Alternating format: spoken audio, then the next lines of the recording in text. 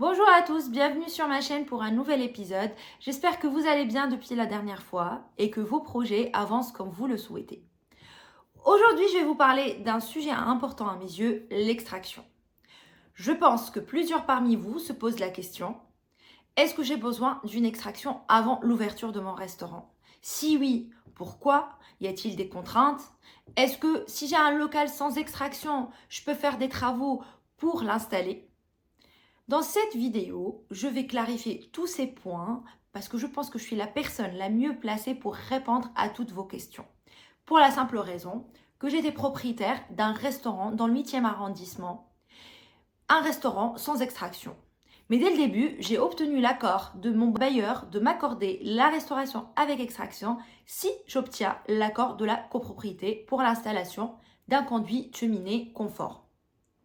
En fin de compte, j'ai réussi à tout obtenir, l'accord de la copropriété pour l'installation de l'extraction et le bail modifié avec la destination adéquate. Bon, je pense que j'ai un peu compliqué les choses pour vous, mais ne vous inquiétez pas, je vais prendre tout mon temps dans cette vidéo pour vous expliquer les choses. Mais déjà avant tout, c'est quoi l'extraction? L'extraction est un système d'évacuation des odeurs et de la vapeur. Elle sert à renouveler l'air dans le local afin de garantir une hygiène conforme à la réglementation française et à la sécurité contre les incendies.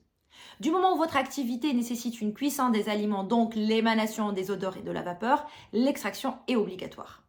C'est-à-dire tout ce qui est restaurant de burgers, restauration orientale, asiatique, turque par exemple, tout ce qui est cuisine qui fait de la grillade, de la friture, l'extraction est obligatoire.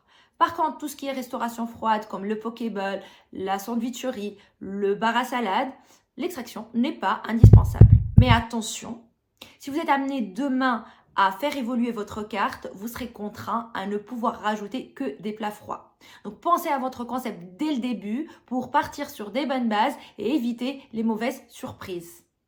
Vous savez, votre restaurant est un engagement sur plusieurs années. Maintenant, j'ai une question à vous poser. Est-ce que vous pensez que le fait d'avoir l'extraction dans votre restaurant vous suffit pour exercer votre activité en toute sérénité? La réponse est non.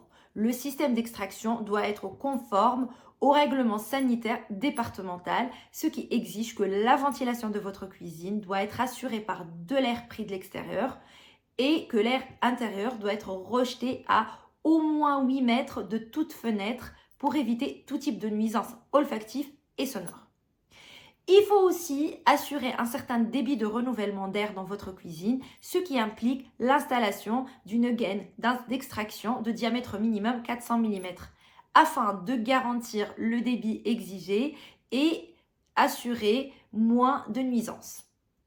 Je vais vous parler rapidement des diamètres de la gaine et de la restauration adéquate. On prend l'exemple d'une restauration qui fait beaucoup de grillades et de fritures comme le restaurant de burger. Le diamètre de la gaine exigé est de minimum 400 mm. Pour tout ce qui est restauration qui fait moyennement de la grillade ou de la friture, comme la restauration asiatique, une gaine d'extraction de diamètre entre 315 et 350 mm est suffisante. Par contre, tout ce qui est restauration comme la crêperie qui ne fait ni grillade ni friture, le diamètre de la gaine de 250 mm fera l'affaire. Dernier point qu'il faut prendre en considération, ce sont les bons gestes d'entretien de l'extraction qui sont en fin de compte obligatoires. Il faut nettoyer tous les ans l'intérieur du conduit de cheminée par une société professionnelle et les filtres de votre hôte toutes les semaines. Maintenant, passons à un point très important, le bail commercial et le règlement de la copropriété. Avant de louer votre local, assurez-vous, hormis du fait d'avoir le conduit de cheminée installé et conforme, d'avoir la destination du bail claire et qui contient le mot extraction. Par exemple, la restauration avec extraction. Et de vérifier que le règlement de la copropriété ne s'y oppose pas. Ce n'est pas parce que votre bailleur vous autorise la restauration avec extraction que le règlement de la copropriété l'autorise aussi. En général, les bailleurs sont conseillés par leurs avocats et ne font pas d'erreur là-dessus. Ils sont tenus de délivrer des locaux conformes à la destination contractuelle. Mais moi, je vous conseille quand même de lire le règlement de copropriété avant de signer quoi que ce soit.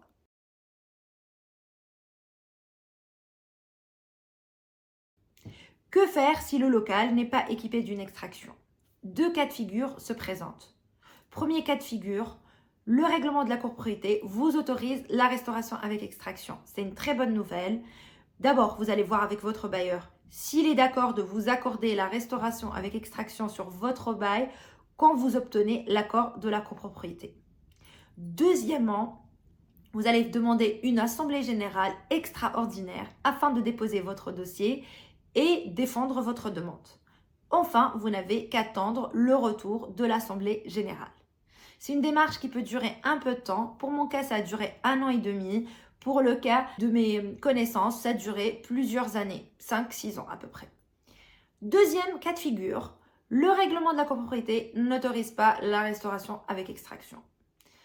Dans ce cas-là, vous avez le choix entre partir et chercher un autre local ou rester parce que l'emplacement vous convient ou vous trouvez la cible dans ce quartier. Mais vous devez réfléchir à une alternative à l'extraction.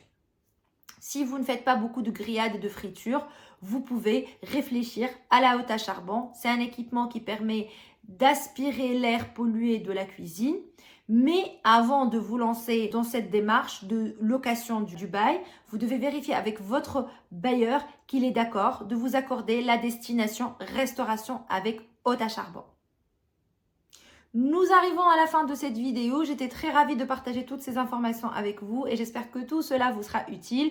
N'hésitez pas à me poser toutes vos questions dans les commentaires ou par mail. Je ne manquerai pas de vous répondre très rapidement. Il y a aussi d'autres vidéos concernant l'ouverture de restaurants sur ma chaîne.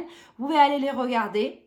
N'oubliez pas de me mettre un like si vous avez aimé cette vidéo et si vous aimez les autres. Ça me fera énormément plaisir. Et aussi de vous abonner, ça me fera encore plus plaisir. Je vous embrasse très fort et je vous dis à très bientôt. Ciao, ciao!